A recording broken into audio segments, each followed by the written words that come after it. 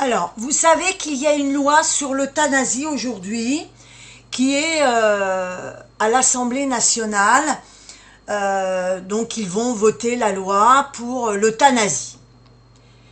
Mais moi, ce matin, quand j'ai écouté les informations, j'ai été surprise d'une chose. L'entrave, ça va être un délit. C'est-à-dire que demain, si vous vous opposez à ce que la personne soit euthanasiée, ça sera une entrave, donc ça sera un délit. Vous risquez 2 ans d'amende. Alors, moi, quand on vient me dire « Oh, mais non, l'État, ils sont bien, etc., c'est normal, il faut faire une loi pour ça, etc. » Moi, je l'ai dit, ils cherchent à tuer le peuple. Et je le redis, ce sont des assassins.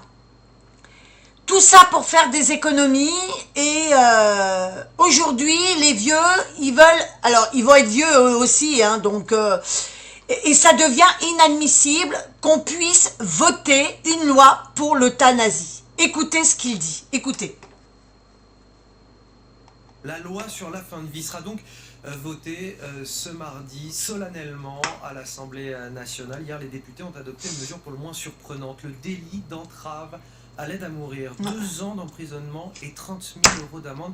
Réaction immédiate de Bruno Retailleau, ministre de l'Intérieur, c'est franchir une nouvelle limite, dit-il, qui n'est pas supportable. Tendre la main à celui qui souffre est le propre de l'humanité, ajoute le ministre de l'Intérieur. Est-ce que nous voulons vraiment d'une société qui condamne celui qui tente de redonner des raisons à vivre à celui qui n'en a plus? Tout cela va beaucoup trop loin.